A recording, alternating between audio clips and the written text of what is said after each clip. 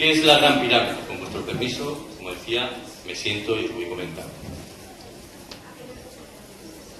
Esta es la Gran Pirámide, que algunos de vosotros ya conoceréis de haber pasado por allí, por el Valle de Gizeh, ¿no?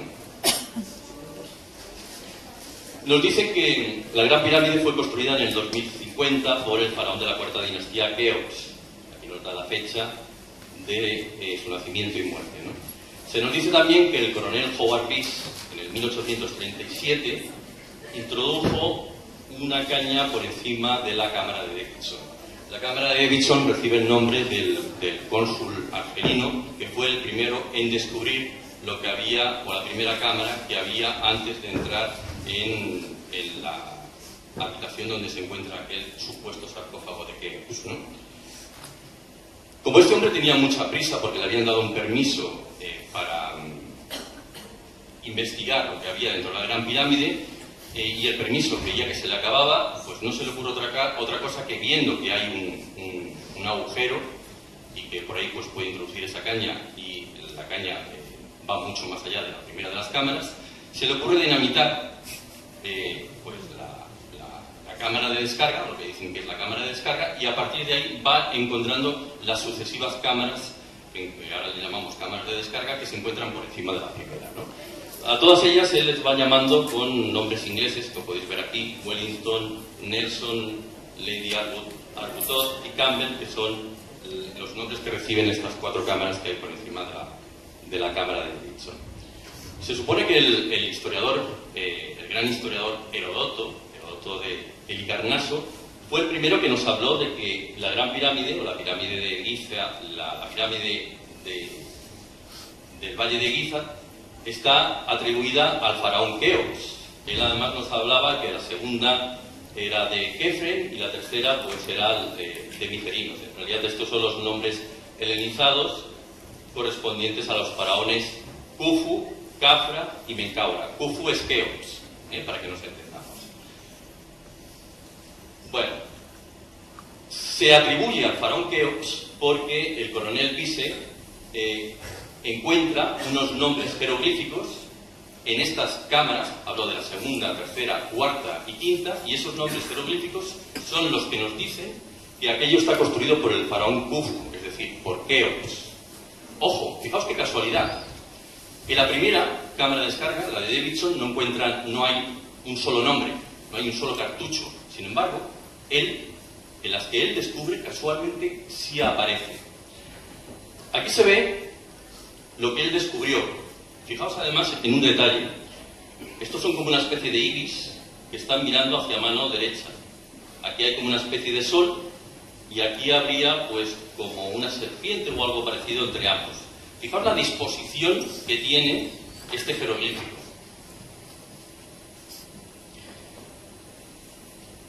Como no corresponde realmente con el nombre de Keops, es decir, ahí no pone, este jeroglífico que habéis visto anteriormente no pone Khufu, en realidad pone, o traducido, vendría a decir algo así como Hun Hufr. Claro, ¿qué hacen los arqueólogos ahora? Los arqueólogos nos dicen que ese es el diminutivo de Khufu, es decir, es el diminutivo de Keops. Igual que ahora, por ejemplo, existe el nombre de Pedro y tendremos un diminutivo Pedrito, Juan, Juanito. Como no les encaja, se sacan de la manga que aquello es un diminutivo. Esto es otro de los cartuchos reales. Cuando vemos algo encerrado en una especie de cartucho, siempre se está refiriendo al nombre de un faraón.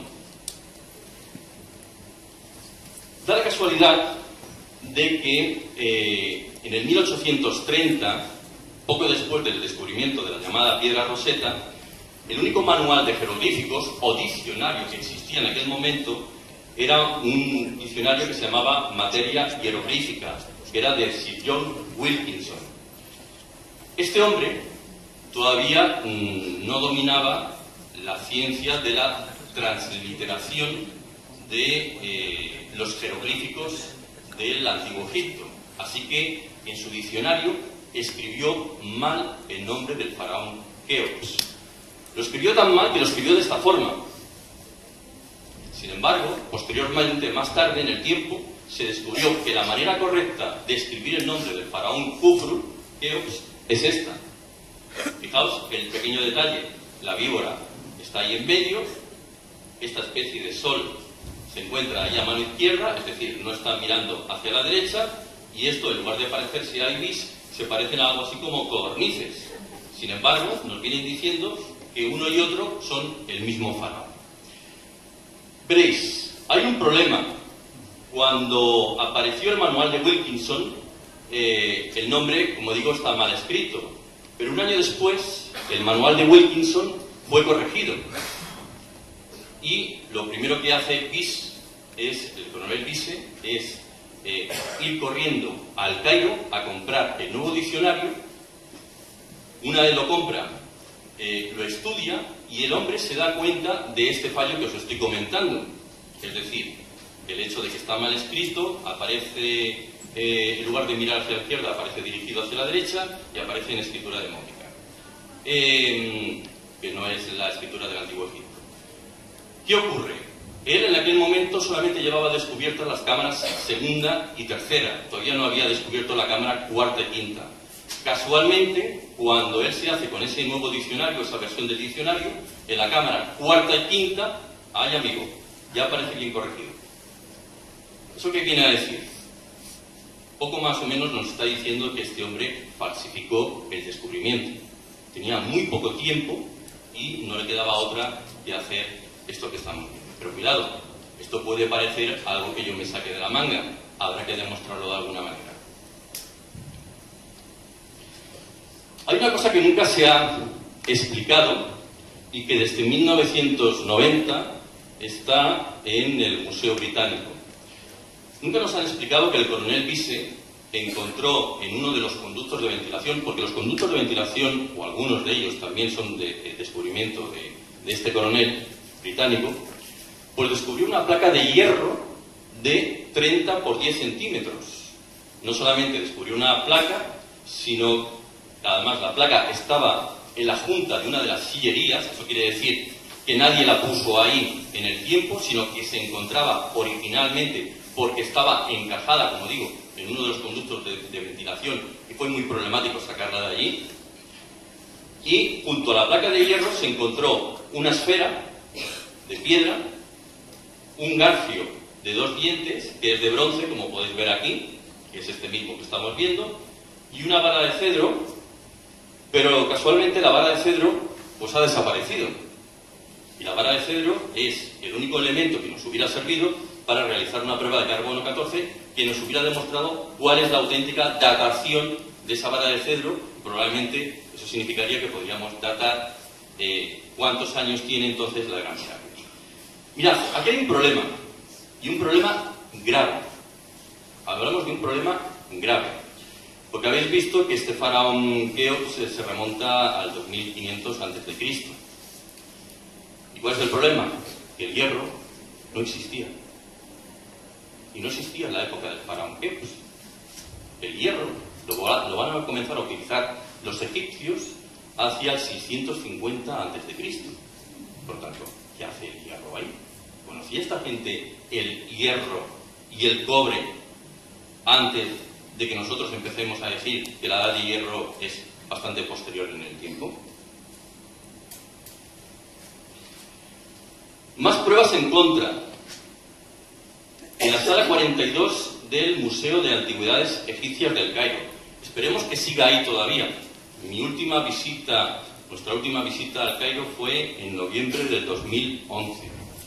Como sabéis, están con el problema de la Revolución Árabe y vienen diciendo pues que, además casualmente coincidió con que ellos dicen, los custodios del museo, que están trasladando todo el material a un nuevo museo, pero aprovechando el problema de la Revolución Árabe y aprovechando ese traslado, mucho de este material extraño, entre comillas, ha desaparecido. Pongo algún ejemplo si queréis. Si alguno ha estado por allá, no sé si vio un avioncito que se encontraba en el hall, nada más entrar. Aquel avioncito, que parece una especie de pájaro, aquel ha desaparecido. Ya os podéis olvidar, lo vais a ver en fotos y se acabó. Porque eso ha sido expoliado o robado. Y como esas, tantas otras cosas. Pues bien, sala 42 del Museo del Cairo se encuentra una estela, que es la estela del inventario, que fue descubierta por Auguste Mariette hacia alrededor del 1853, en el pequeño templo de Isis al este de la Gran Pirámide. Esta estela, que es la que estáis viendo aquí, dice lo siguiente: que viva Horus, Medher, rey del Alto y del Bajo Egipto, Keops, que posee la vida. Él encontró la casa de Isis, señora de la pirámide, detrás de la casa de la Esfinge, o sea, se está hablando de Hamaques, en el noroeste de la casa de Osiris, señor de Rostava. Él construyó su pirámide detrás del templo de esta diosa y construyó una pirámide para la hija del rey Genutsén detrás del templo. ¿Qué quiere eso decir? Que Keops está afirmando que la Gran Pirámide ya existía y que él lo único que construye es una pirámide más pequeñita detrás de la Gran Pirámide. Pero es que lo dice él. Por lo tanto, si lo dice él y lo dice la estela del inventario, ¿por qué los historiadores y los arqueólogos siguen insistiendo en que él es el constructor de la Gran Pirámide? Hay un detalle que además está en un museo nubio de Asuán, que es un huevo de avestruz donde se ve un río, que es este huevo, que aquí con la luz no se ve muy bien, hay una especie de río por aquí por la parte de atrás, y 3 grandes pirámides.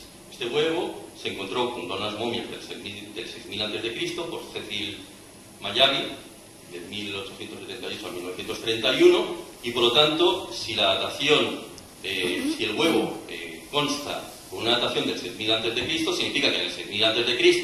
ya estaban viendo esto. Por lo tanto, las pirámides del Valle de Gizeh existen. Por cierto, os diré algo, pues alguno quiere aprovechar.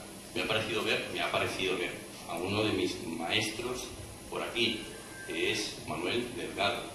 No sé por dónde andará, yo me había parecido verlo. Manuel Delgado es uno de los más grandes egiptólogos, por no decir el mejor egiptólogo que tenemos en estos momentos en España. Y Manuel Delgado es el descubridor de ese huevo. Quiero decir que esta fotografía me la suministra él, para decirlo porque a cada cual lo suyo, ¿no? Seguimos.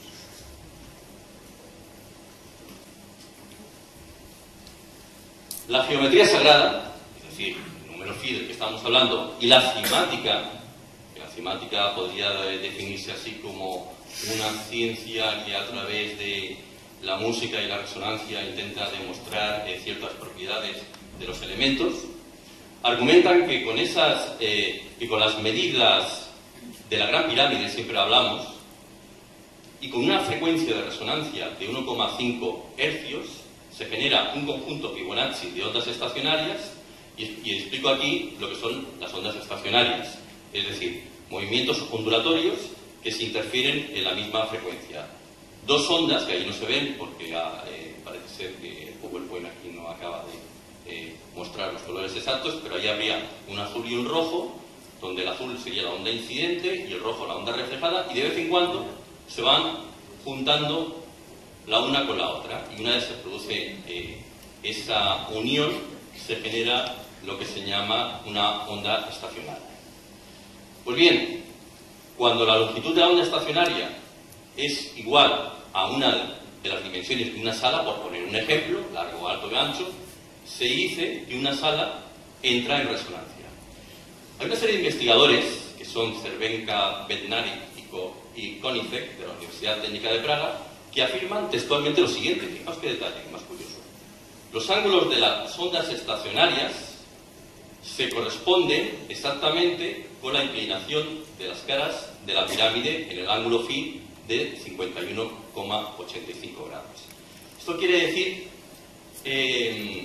que el ángulo de la Gran Pirámide es 51,85 grados y, curiosamente, los laterales de la Gran Pirámide están emitiendo, por eso explicaré el porqué, en una frecuencia de 51,5 ciclos por segundo, o hercios, si queréis llamarlo así.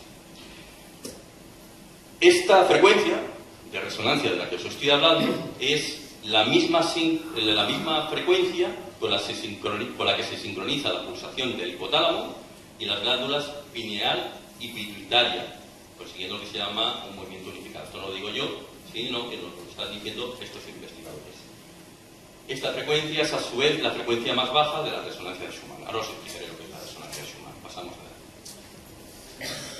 Mirad, ¿qué es la resonancia de Schumann? Un conjunto de picos en la banda de frecuencia extremadamente baja, el F, del espectro radioeléctrico de la Tierra. Esto sería la Tierra, por así decirlo. Y aquí tenemos la ionosfera.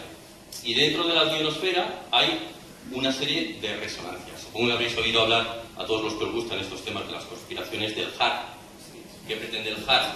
Simplemente, de alguna manera, sincronizarse con estas frecuencias de la ionosfera, las llamadas resonancias de Schumann, modificarlas, y de esa manera se alteran los ciclos de la Tierra. Porque la Tierra, en definitiva, como estáis viendo, tiene algún tipo de propiedad como si estuviera viva. La teoría de Gaia tan famosa. El fenómeno de la resonancia de Schumann se llama así en honor a su descubridor, Winfried Otto Schumann, que predijo matemáticamente su existencia alrededor de 1952. De todas formas, Nikola Tesla, del que luego hablaremos, ya había descubierto esta frecuencia en la ionosfera antes del 1952, es decir, a principios del siglo, él ya la había descubierto. Es más, lo que pretendía Nikola Tesla, que sabéis que es un hombre del que luego hablaremos, que siempre estuvo trabajando con la electricidad, era emitir una portadora, una frecuencia a la ionosfera, alrededor de unas torres gigantescas cada media hora aproximadamente, de tal manera que lo que hubiera hecho es transmitir electricidad a la ionosfera, y eso hubiera permitido que todos nosotros, en todo el mundo, hubiéramos tenido electricidad de forma gratuita, que la hubiéramos recogido directamente de la ionosfera. Alguno puede pensar, bueno, ¿y esto es bueno para nuestro cuerpo, que haya tanta electricidad en la atmósfera? También los teléfonos móviles están emitiendo hoy de momento en esa quejada. Algunos sí, claro, otros no. El granito rosa de la Gran Pirámide fue utilizado para la construcción de las cámaras interiores de la Gran Pirámide debido a sus propiedades resonantes. Es decir, el granito rosa tiene propiedades de resonancia. La matriz de cuarzo de las piedras de granito es similar a un salón de espejos con miles de millones de caras paralelas que reflejan la energía. El efecto de este descubrimiento de granito es que a los espacios aéreos se les puede dar dimensiones armónicas para especificar las longitudes de onda que resonarán a través de la formación de ondas estacionarias. Las dimensiones de la cámara superior reflejan una proporción de 1:2, lo que permite a las ondas estacionarias de múltiples íntegros almacenar energía acústica. Por lo que sabemos, el ingeniero J. Rey llevó a cabo experimentos acústicos que revelaron que la frecuencia de la cámara superior de la Gran Pirámide es en torno a los 120 Hz. Ahora veréis por qué os explico todo esto. Vamos adelante. Mirad, estas son pirámides rusas. Estas son las pirámides de Rusia. Yo no sé si alguno ha oído hablar de que existan pirámides en Rusia. Uno puede pensar, bueno, deben ser bien antiguas, son modernas. Yo lo que he hecho es, llevo muchísimo tiempo persiguiendo pirámides en todo el mundo. Si alguno de vosotros a lo mejor ha oído hablar de mí, en su momento fui a investigar si las pirámides bosnias eran ciertas o no. Luego acabé descubriendo que era un bulo. Y digo bien, era un bulo porque estuve trabajando como voluntario en las excavaciones arqueológicas. Me di cuenta que aquel señor lo único que pretendía era ganar dinero con los pobres turistas que se acercaban para ver si aquello era lo cierto. Y nos hacían excavar ahí unos túneles para luego enseñar a la gente que aquellos túneles eran como si pertenecieran a esas pirámides, y eso lo habíamos excavado nosotros durante días anteriores. Pero en fin, las cosas funcionan así, ¿no? El verano pasado tuvimos la oportunidad de estar en Rusia. También estábamos buscando unas excavaciones arqueológicas muy antiguas de una ciudad muy parecida a la Atlántida de Platón. Al final acabamos encontrando. Pero también estuvimos por los alrededores de Moscú. Estas son esas pirámides que aparecen en los alrededores de Moscú. En enero del 2001, el doctor Volodymyr Krasnoholovets, del Instituto de Física de Ucrania, junto a Alexander Gol, director de una empresa de defensa de Moscú, comenzaron a construir pirámides muy similares a las nubias, porque si os fijaos, el ángulo de inclinación es mucho mayor, no corresponden a las pirámides de Egipto, sino más bien a las nubias, de lo que se llama la antigua Unión Soviética. Una de estas pirámides se construyó al noreste de Moscú, en la carretera de Novorossiysk, mide 44 metros de alto y tiene una inclinación, como digo, superior, no solo 51,5 grados, sino 73 grados. Casualmente, dio la casualidad de que el radar del Instituto Tecnológico Científico de Transcripción, Traducción y Replicación de Kharkiv mostró que las pirámides rusas emitían un campo energético de casi 2 kilómetros de altura hacia el cielo con resonancias acústicas de entre 7 y 11 decibelios. Es decir, construcciones de pirámides muestran que se produce algún tipo de energía en la parte superior y contra más alta más grande sea aquella pirámide, sin necesidad de máquina alguna, algo se está emitiendo hacia la atmósfera. Esto viene mucho a relación, no sé si os acordáis de aquellos libros de hace como 20 o 30 años, donde se nos proponía construir una pirámide y metíamos las hojas de afitar dentro y aparecía que incluso se afilaban, no sé si os recordáis todo aquello, y parece que todo aquello cayó en el olvido, pero las pirámides tienen, no sabemos por qué, algún tipo de propiedad que hace que esas frecuencias se produzcan sobre todo en sus partes más altas, sin necesidad, como digo, de motor ninguno. Vamos adelante. Hay un tipo muy interesante que lamentablemente ha fallecido, falleció en el 2010, que es Joe Park, que este hombre fue el descubridor del transductor de rayos gamma para la medición de niveles de radioactividad.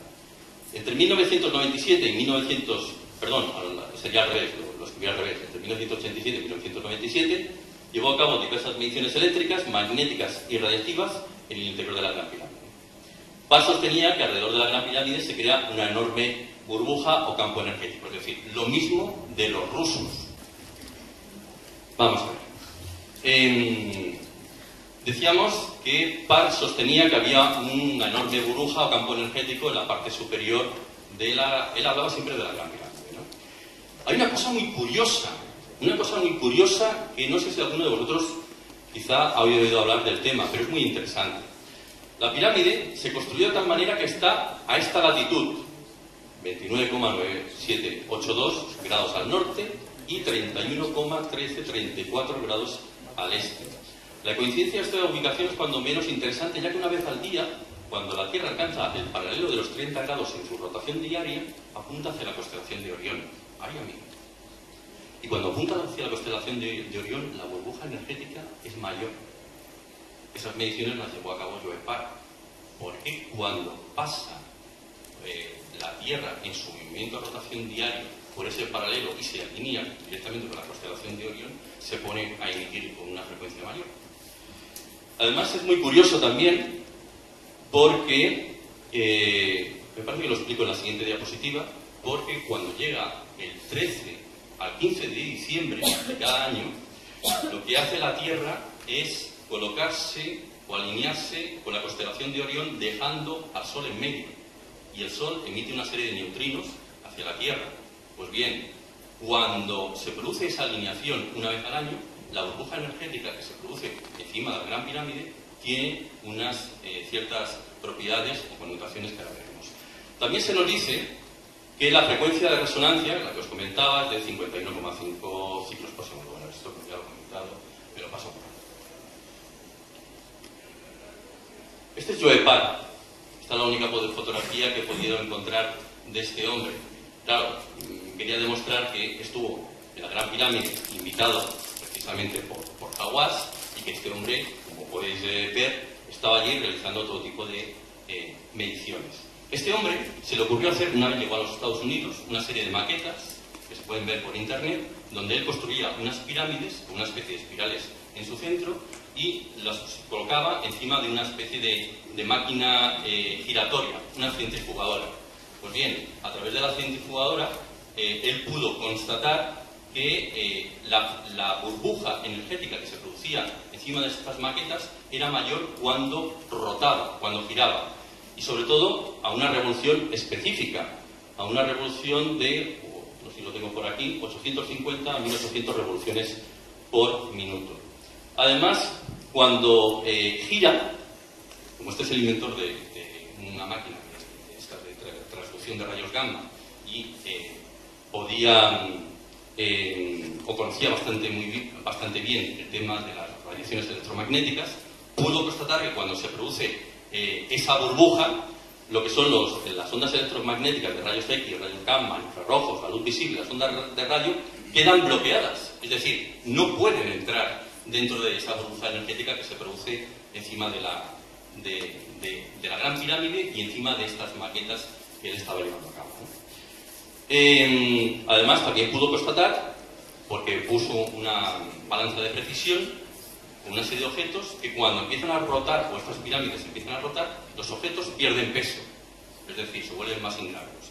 Cosas más curiosas suceden con pruebas que se realizan en torno a pirámides. Es que es un tema que realmente a mí me apasiona y me resulta cuando menos curioso.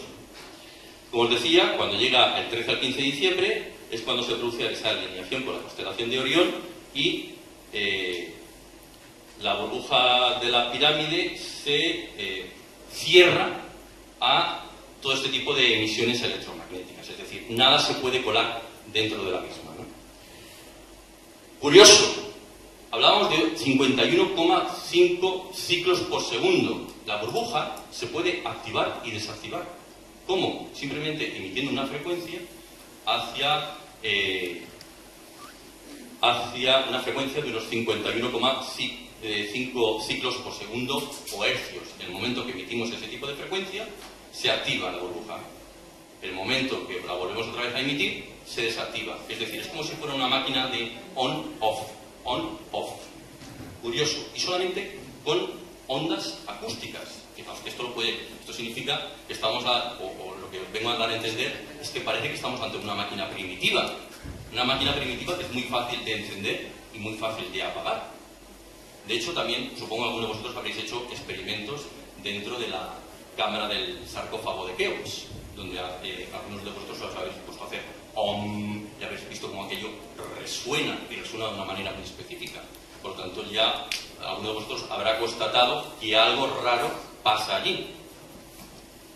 En el 2007, Hawass invita a Joe Park a hacer experimentos y en el 2010, Hawass invita a los equipos de las pirámides rusas a hacer experimentos allí. Vamos a hablar ahora de la máquina de Tesla. Supongo que alguno de vosotros habrá oído hablar de Nikola Tesla y si no le pongo, aunque sea 4 pinceladas para que os pongáis al día.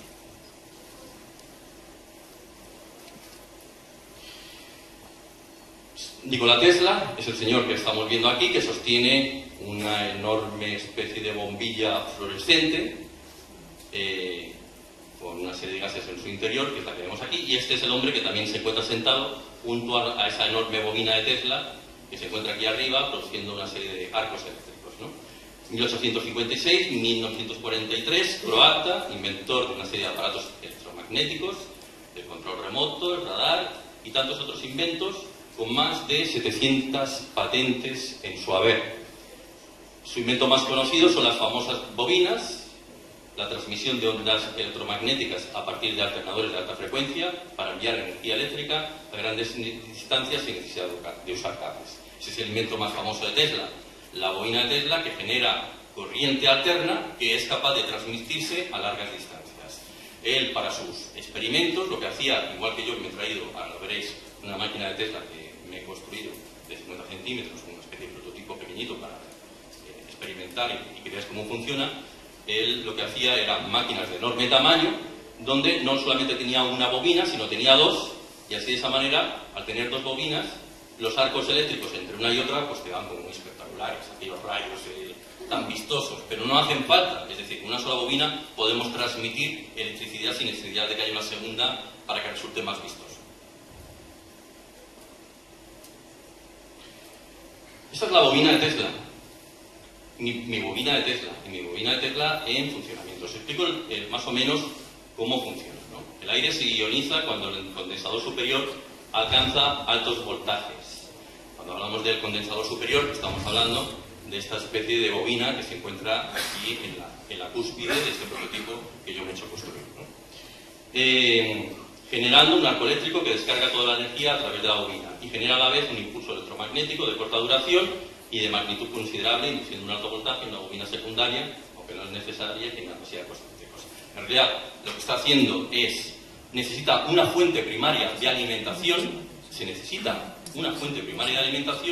todo eso, ese voltaje, queda almacenado en una especie de condensador que a su vez lo que hace es que cada X tiempo, cada ciertos intervalos, lo descarga a una bobina y esa bobina es la que va a empezar a transmitir electricidad a su alrededor sin necesidad, como digo, de ningún tipo de equipo. Bueno, os lo acabo de explicar más o menos. Se puede generar cientos de amperios construyéndose una torre grande, no un prototipo de estos muy pequeños. Esto se puede hacer, pero evidentemente a escalas mayores. Yo, como soy una persona normal y corriente, que trabajo igual que todos vosotros, pues no me puedo permitir el lujo de construirme una enorme máquina, traer aquí, construir una maquinita pequeñita de 50 centímetros, con los conocimientos que tengo, pues para haceros una breve demostración. Os voy a enseñar cómo funciona, porque me he saltado el paso de enseñaros cómo funciona. Me gustaría que vierais cómo va la bobina de Tesla. Le voy a dejar aquí un momentito el micrófono y os enseño.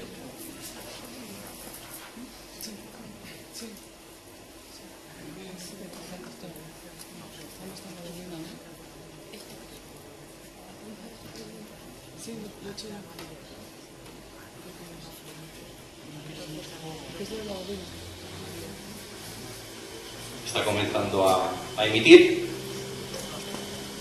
y como podéis ver, yo no tengo ningún hilo escondido en parte alguna en mi brazo, no estoy haciendo magia de ningún tipo. Esto es real. Esto es un fluorescente y lo que estoy haciendo es ionizar el gas que se encuentra dentro del fluorescente, con lo cual estoy transmitiendo electricidad. Claro, a muy corta distancia, evidentemente se trata de una bobina de Tesla a una escala de 50 centímetros. Esto, a una escala mayor, significaría emitir a cientos de kilómetros de distancia. Esto era lo que pretendía Tesla. Me he traído otra mayor para que veáis que la he dejado el plástico puesto, simplemente pues para que veáis que no hay ni trampa ni cartón, ni hilo en ninguna parte. Lo voy a acercar. Ahí está. Y ahí estoy transmitiendo electricidad sin ningún tipo de hilo ni contacto físico alguno. Simplemente pues para que veáis cómo funciona una bobina de este tipo.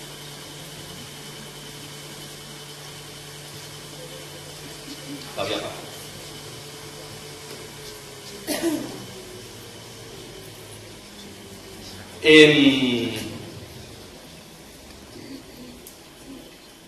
Yo lo he hecho un poco más complejo, porque mi idea inicial es conectarlo a un diapasón que también me he fabricado, que es que el diapasón es un diapasón un tanto curioso, no es el diapasón clásico musical, sino que tengo aquí un par de pesos o contrapesos que me permiten generar una cierta frecuencia. Puedo generar frecuencias bajas. Estas frecuencias bajas que puedo generar con este diapasón son las mismas frecuencias de la resonancia de Schumann, es decir, son las frecuencias de la ionosfera. Supongo que querréis oír a lo mejor cuál es el ruido que tiene nuestra ionosfera, es decir, que hay por encima de la atmósfera de nuestro planeta.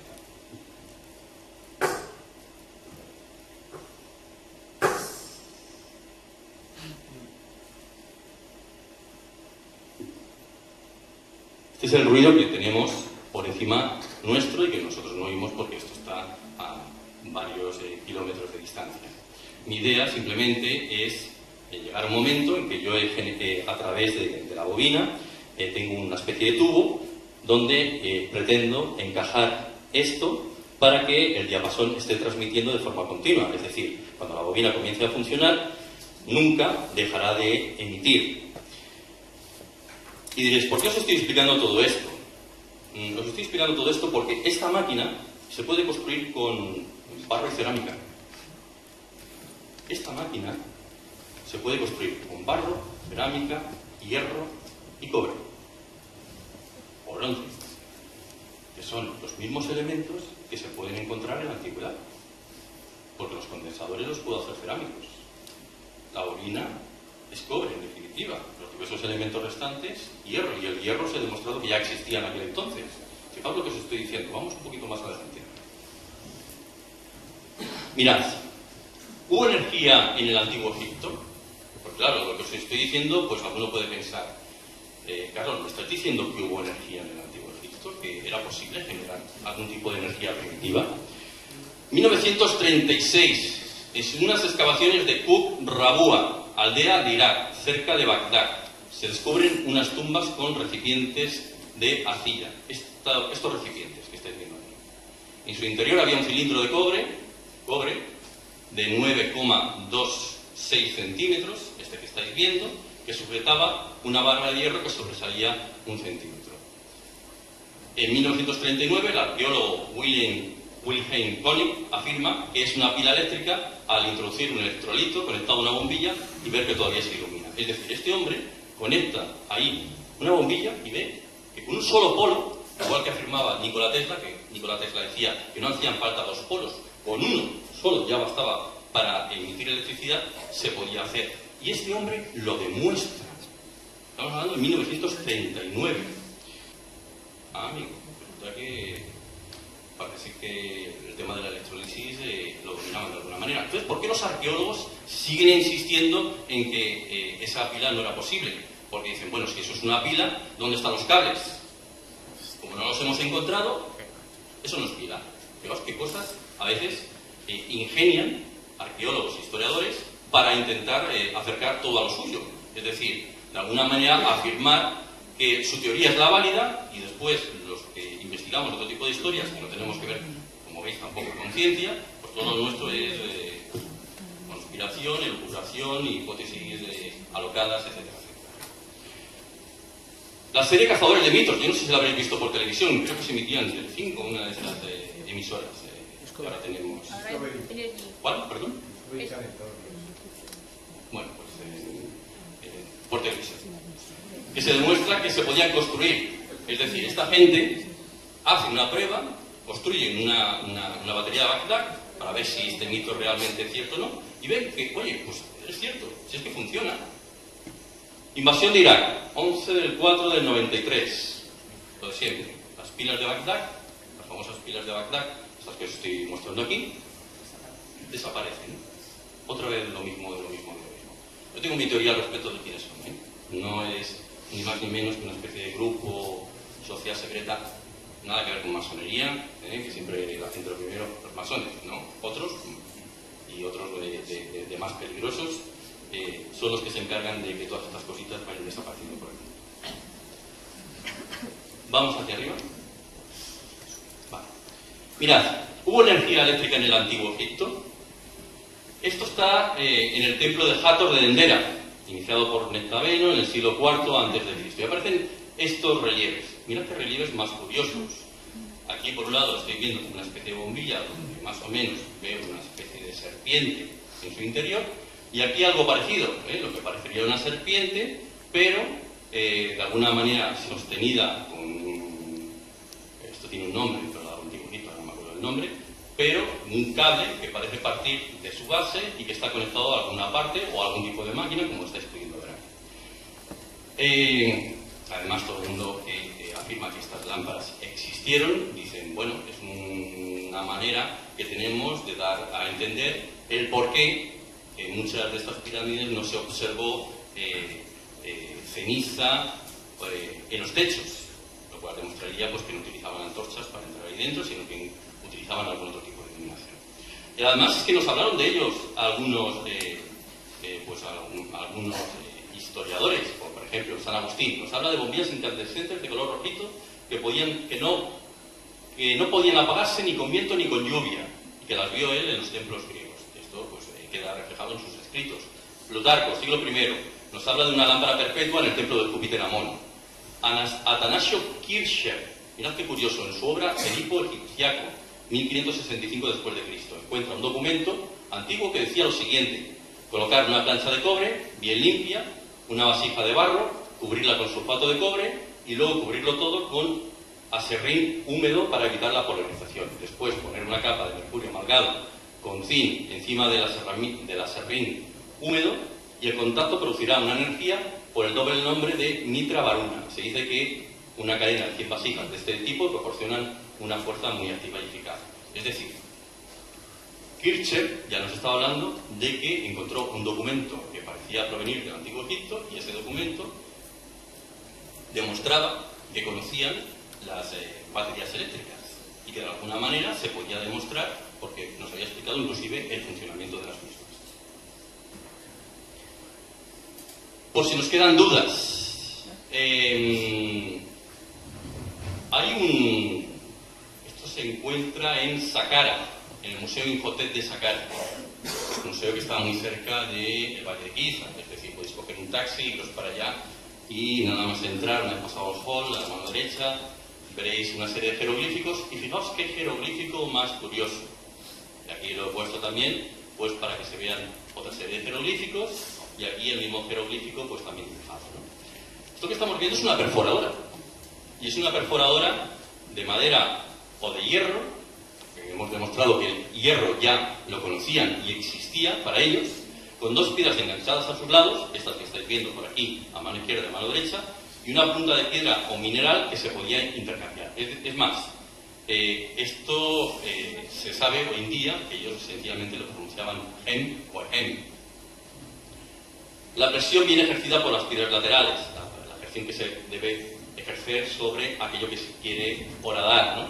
Se necesita algún tipo de sistema motor para hacer girar la misma, evidentemente.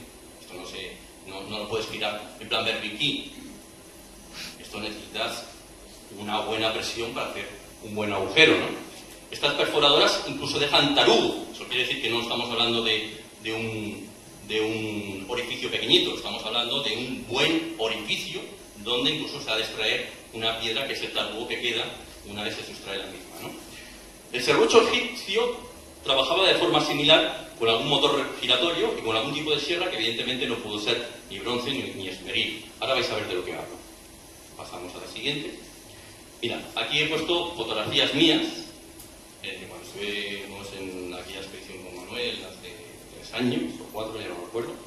Y aquí se ve los agujeros de broca. Fijaos que estamos hablando de no agujeros de broca, sino agujeros de tarugo. ¿Lo veis? Son grandes. He puesto una moneda ahí para que se vea el tamaño de la misma. Es decir, es bastante grande. Hablamos de una presión de 2.000 kilos por vuelta. Y entre espiral y espiral hay 2,5 milímetros, que en la actualidad se trabaja con 0,04.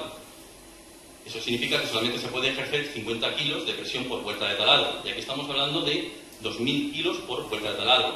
Las sierras, los cortes de sierra, son estos que aparecen junto a algunos obeliscos. Curioso, el sarcófago de Keops está cerrado. El sarcófago de Keops no está cortado con escarpa y martillo, sino cerrado y sin pulir. ¿Cómo funciona una batería de sal? Una pila sencilla es una reacción química en potencia. Lo único que hace falta conseguir es que los electrones circulen de un electrodo a otro donde se producen las reacciones. Un electrodo de zinc y otro de cobre, bastará con que nos creemos un circuito para sumergir ambos electrodos en una reacción química y que ambos conductos parta electricidad que pueda iluminar algo básico como una bombilla para probar. La reacción se puede producir introduciendo los electrodos en un limón o vinagre. Yo lo voy a hacer por hierro y magnesio, pero recordad que antiguamente nos hablaban de la utilización del zinc en esas baterías primitivas y el zinc ya se conocía en Canaán en el 1500 a.C. ¿Por qué os estoy enseñando esto? Porque si yo estoy diciendo que dentro de la Gran Pirámide pudo existir una máquina primitiva que emitía unas determinadas frecuencias que sirven pues, para hacer algo que desconocemos, esa máquina tenía que alimentarse de alguna forma. Y esa alimentación se puede producir, como estáis viendo, a través de una de esas baterías primitivas o una batería de sal. Nos queda la última diapositiva y hago una demostración, con eso termino. ¿Qué ocurre en los canales descendentes de la Gran Pirámide? Esto sería la Gran Pirámide, la cámara del rey, por ahí abajo la cámara de la reina, y tenemos con que, bueno, pues hay 70 metros de profundidad de bajada hacia unos pozos que se encuentran por aquí abajo. Qué casualidad que esos pozos llevan hasta las aguas freáticas del Nilo. Y qué casualidad que el señor Hawass encontró sal, pero no una poquita de sal, muchísima sal en esos pozos. ¿Qué bien os va a decir? Pues que si existen pozos con sal, agua, y ya se domina el bronce, el zinc, el hierro, esto significa que por aquí se puede extraer electricidad para colocar algún tipo de máquina resonante, pues por aquí arriba, con algún tipo de cometido. Esas baterías de sal pueden alimentar una máquina como esta. Yo lo único que he hecho es traer, o intentar haceros una demostración para generar 1,5 voltios, pero 1,5 voltios no es suficiente para una máquina de este tipo. Necesitaría 16 cubetas más. Como no voy a venir cargado con 16 cubetas, vosotros me vais a permitir que os diga que sí puedo alimentar la máquina, pero de momento he conectado simplemente aquí un LED, y este LED pues me va a demostrar si yo puedo generar electricidad o no. Necesitaré la ayuda de alguien para que pues invente y así se vea que no hay trampa ni cartón en lo que vamos a hacer. Necesitamos sal, necesitamos agua. Sube por aquí. Mira, vamos a ver. Constátame que esto que tienes aquí es sal. ¿Eso que tienes ahí es sal? Es sal, ¿vale? Esto es magnesio, la placa de magnesio. Puede ser de zinc. El zinc, como digo, ya se conoce desde el 1500 a.C. Esto es hierro. Veis que además se ha oxidado por las diversas pruebas que he ido haciendo. Vamos a ver si sale a la primera. Y voy a decir aquello temiendo de que no he querido hacerlo antes para demostrarlo in situ, porque lo podría haber preparado todo antes y después venir y decir, mira, ya lo tengo todo hecho, a ver, y os lo quiero que veáis si funciona o no funciona. Lo he hecho, he unido en paralelo el hierro con otra cubeta donde se encuentra magnesio, y aquí en el magnesio lo he unido al LED, y del LED lo he unido a esta otra barra de hierro. ¿Para qué pretendo esto? Pues lo único que pretendo es generar baterías en serie, y esas baterías en serie me producen más voltaje. Contra más baterías en serie ponga, más voltaje se va a producir. Coloca sal, y coloca bastante sal ahí. Échale bastante. Échale ahí unos... Ahí, venga, más. Vamos a echarle más. Vamos a ver si funciona la primera, ¿eh? Yo soy de esas cosas que... Échale más. No te cortes ahí, ¿vale? Venga. Y ahora, lo mismo en el otro lado. A continuación echaremos agua, o introduciremos agua en su interior. Incluso no he querido ni abrir las botellas de agua, simplemente para que tú veas si el tapón realmente está cerrado o es que he introducido algún otro tipo de líquido extraño ahí. Sí, yo creo que sí. Y vamos a ver. Ábrelas. Vamos a echar agua en una. Todo. Vamos a ver. Vamos a ver si funciona, ¿eh? Vale. Ya en el otro también. Y vamos a ver si funciona. Si vemos que no funciona, lo probaremos de otra manera, porque podría ser amigo. ¿Lo estáis viendo? Cuando estos ponentes que andan por aquí os dicen que a través del agua del sal, del agua del mar, que es agua salada, se puede producir electricidad, pues bueno, no sé si lo han demostrado en alguna ocasión, pero yo os lo vengo a demostrar, es cierto. Y si uniéramos muchas de estas en paralelo, que ahora se me están juntando los polos, por lo tanto eso puede repercutir en problemas, pues podría suministrar corriente a una máquina primitiva. Vamos a parar. Muchísimas gracias.